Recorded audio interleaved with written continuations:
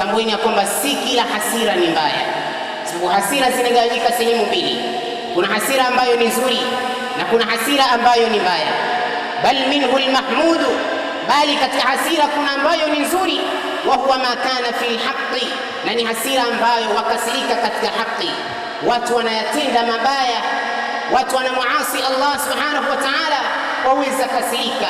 Unakasirika kwa ajili ya Allah subhanahu wa ta'ala, ghayratan ala dinillah, wivu. Unakasirika kwa sababu una wivu na dini ya Allah subhanahu wa ta'ala. Watu wanaendea aliyoharamisha Allah subhanahu wa ta'ala, waweza kukasirika kwa sababu hiyo. Hadithi ambayo amepokea mama yetu Aisha, Allah amridhie, lakini pia ni hadithi ambayo ipo katika kitabu cha Imamu Muslim, hadithi 2328. Anasema Aisha, ma daraba Rasulullah sallallahu alayhi wasallam shay'an qattu, mtume wetu Muhammad sallallahu alayhi wasallam hajapatapo kumpiga mtu kabisa, hajapatapo kupiga chochote kabisa kwa kutumia mkono wake. Ma daraba Rasulullah sallallahu alayhi wasallam shay'an qattun biyadihi wala imra'atan, wala hajawahi kumpiga mwanamke. Wewe na mimi ndio tunaongoza kuwapiga wake zetu. Mtume hajapatapo kumpiga hata mwanamke kwa mkono wake, wala khadiman, wala mtumishi, illa isipokuwa amewahi kutumia mkono wake na kuwa na hasira, illa an yujahida fi sabilillah, isipokuwa kupambana katika njia ya Allah subhanahu wa ta'ala. Aliutumia mkono wake kwa ajili ya Allah subhanahu wa ta'ala, kwa ajili ya kuinusuru dini ya Allah subhanahu wa ta'ala, lakini si kwa ajili ya maslahi yake binafsi, akapandisha hasira kwa sababu ya maslahi yake binafsi. Mimi na wewe ambaye ni wafuasi wake, basi tujitahidi kumwiga Mtume Muhammad sallallahu alayhi wasallam. Mtume hajawahi kufanyiwa kitu kabisa ambacho ni upande wa haki yake akamkasirikia huyo mtu, illa an yuntahaka shay'un min maharimillah, isipokuwa pale ambapo maharamisho ya Allah subhanahu wa ta'ala yanatendwa, basi mtume hukasirika na hasira zake huwa ni zaidi, kwa sababu huyo mtu anayatenda yale ambayo Allah subhanahu wa ta'ala ameyaharamisha. Ndugu zangu Waislamu, enyi waumini wa Allah subhanahu wa ta'ala, inna lilghadabi adraran kathiratan, hakika ya hasira ina madhara mengi sana. Tuangalie miongoni mwa madhara ambayo yanasababishwa na hasira. Yatakikana tukae mbali sana na hasira. Madhara ya kwanza kabisa, annahu yuqi'u sahibahu fil kalami alqabihi, hasira humpelekea mwenye hasira kuongea maneno mabaya. Aweza kutukana, aweza kulaani, anaweza kusengenya, anaweza kuzua, anaweza kusingizia kwa sababu ya hasira. Kwa hakika hasira husababisha madhara makubwa kabisa. Hilo ni la kwanza. La pili, annahu yughayyiru min sifati sahibi, hasira huibadilisha sifa ya mtu. Unajulikana mstaarabu, unajulikana mashallah waishi na watu vizuri, lakini hasira inaweza kukubadilisha wewe. Fayuqallibu halahu min alhudui ila alinfiali, huibadilisha hali yake kutoka katika utulivu kwenda katika hali ya kuendeshwa na hisia. Ndio maana waweza kumkuta mtu akikasirika, namna macho yanavyobadilika, tazama sura yake namna inavyobadilika, tazama shingo yake namna ambavyo inatoa mishipa, tazama wengine huwa wanafoka kabisa kwa sababu ya hasira. Anaweza kutukana, anaweza kuua, anaweza kufanya hivi, kumbe sababu ni hasira.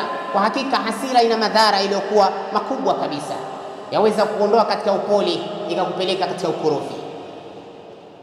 Madhara ya pili. Madhara ya tatu, ndugu zangu Waislamu, alghadabu yufsidu akhlaqa alawladi wa taamulahum ma'a walidihim, hasira huharibu tabia za watoto na watoto kuamiliana na wazazi wao. Hasira inaweza kuharibu tabia za watoto. Wewe na mwenza wako mnagombana, wewe watoa matusi na mama naye anatoa matusi, watoto wanarithi matusi kutoka kwenu. vile mnapopayuka. Na ndio maana hata mnapokosana ni vyema mkajifungia chumbani mkaongea yakaisha. Sasa hasira inaweza kuharibu tabia za watoto wenu. Hasira inaweza kusababisha watoto fulani wakamchukia baba yao, wakamchukia mama yao.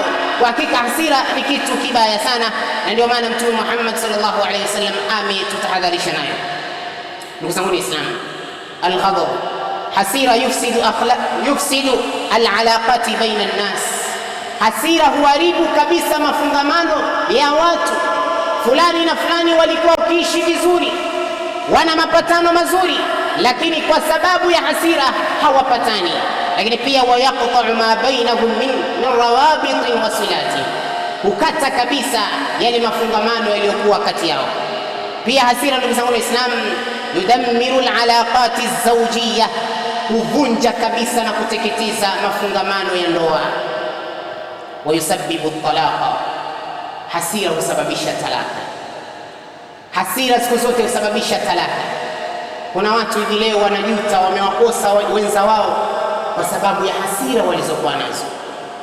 Wangapi hivi leo wanajuta? Wapo watu wengi wanajuta, wamewaacha wenzi wao baada ya hasira kuisha. Sasa anajuta, ndio basi tena ndio ushamkosa. Na hata ukipiga naye story anakwambia mimi bado nampenda, lakini ndio tayari nilishatamka talaka, ndio tayari talaka imetokea. Sababu ni nini? Hasira. Ndugu zangu Waislamu, al-ghadabu khasaratun, hasira hasara. Hasira ni hasara, ndugu zangu Waislamu. Ndugu zangu Waislamu, hasira imesababisha pia familia kuparaganyika. Baba na mama anaishi kivyake, watoto nao wapo kivyao, hawaelewani kwa sababu ya hasira. Na ndio maana Mtume anatutahadharisha sana kunako hasira. Ndugu zangu Waislamu, pia hata madaktari wanasema hasira inaweza kusababisha baadhi ya maradhi ambayo ni ya muda mrefu. Mfano, maradhi ya shinikizo la damu, kwa sababu ya hasira waweza kupata maradhi haya. Unaweza kuparalyze kwa sababu ya hasira.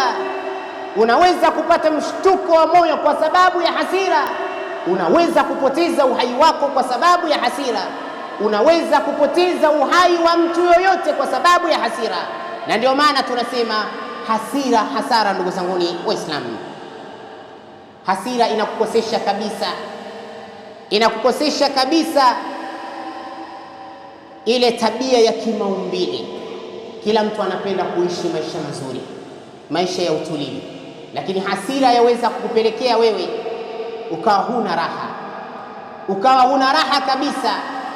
Wajikuta tayari mwili umepata madhara kwa sababu ya hasira. Ndugu yangu Muislamu, ya mwisho kabisa katika madhara, kwa sababu yapo mengi, mtu mwenye hasira watu huwa wanamuogopa.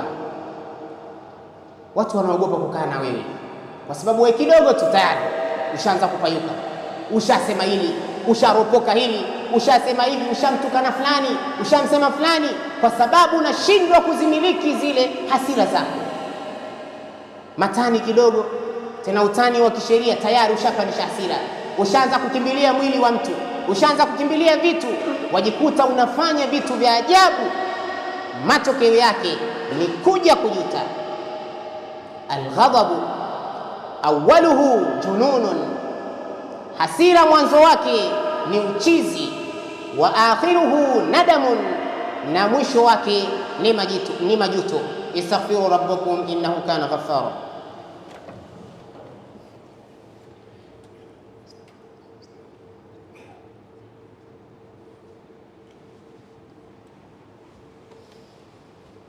Alhamdulillah, salatu wassalamu ala rasulillah sallallahu alayhi wasallam, wa ba'd.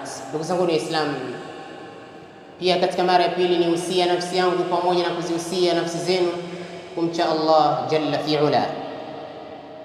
Ndugu zangu Waislamu, i'lamu, tambueni, anna min asbabi daf'i al-ghadabi, miongoni mwa sababu ambazo zinazopelekea kuzima hasira zako, kwa sababu dini yetu ya Uislamu ni dini ambayo inakwenda na maumbile yetu. Sasa Uislamu umetuletea dawa za kutibu hasira.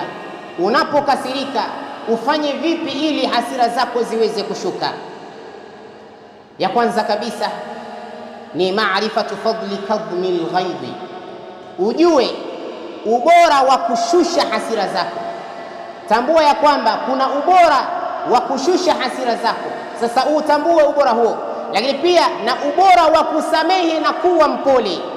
Katika hadithi ya Sahli ibn Muadh an abihi radiyallahu anhu anna Rasulullah sallallahu alayhi wasallam qala, Mtume amesema katika hadithi ambayo amepokea Abu Daud, hadithi ya 4777, anasema Mtume Muhammad sallallahu alayhi wasallam, man kadhama ghaidan, yeyote ambaye atakeshusha hasira zake, atakezimiliki hasira zake, wa huwa qadirun ala an yunfidha, na hali ya kuwa anaweza kutekeleza kufanya lolote baada ya kukasirika, da'ahu Allah subhanahu wa ta'ala atamuita ala ruusi alkhalaiq, siku ya kiyama Allah atakuita mbele ya viumbe, hatta yukhayyirahu min alhuri ma shaa, atakuita Allah subhanahu wa ta'ala na atakuingiza katika pepo yake, lakini pia atakukhiyarisha uchague katika mahurul aini umtakaye. Hiyo ni miongoni mwa faida za kushusha hasira yako. Utambue, utakapolitambua hilo basi utashusha hasira yako. Hatua ya pili, ndugu yangu Muislamu, ni alisti'adhatu billahi minash shaitani rajim. Mtake hifadha Allah subhanahu wa ta'ala. Unapokasirika basi jitahidi kusema a'udhu billahi minash shaitani rajim, a'udhu billahi minash shaitani rajim.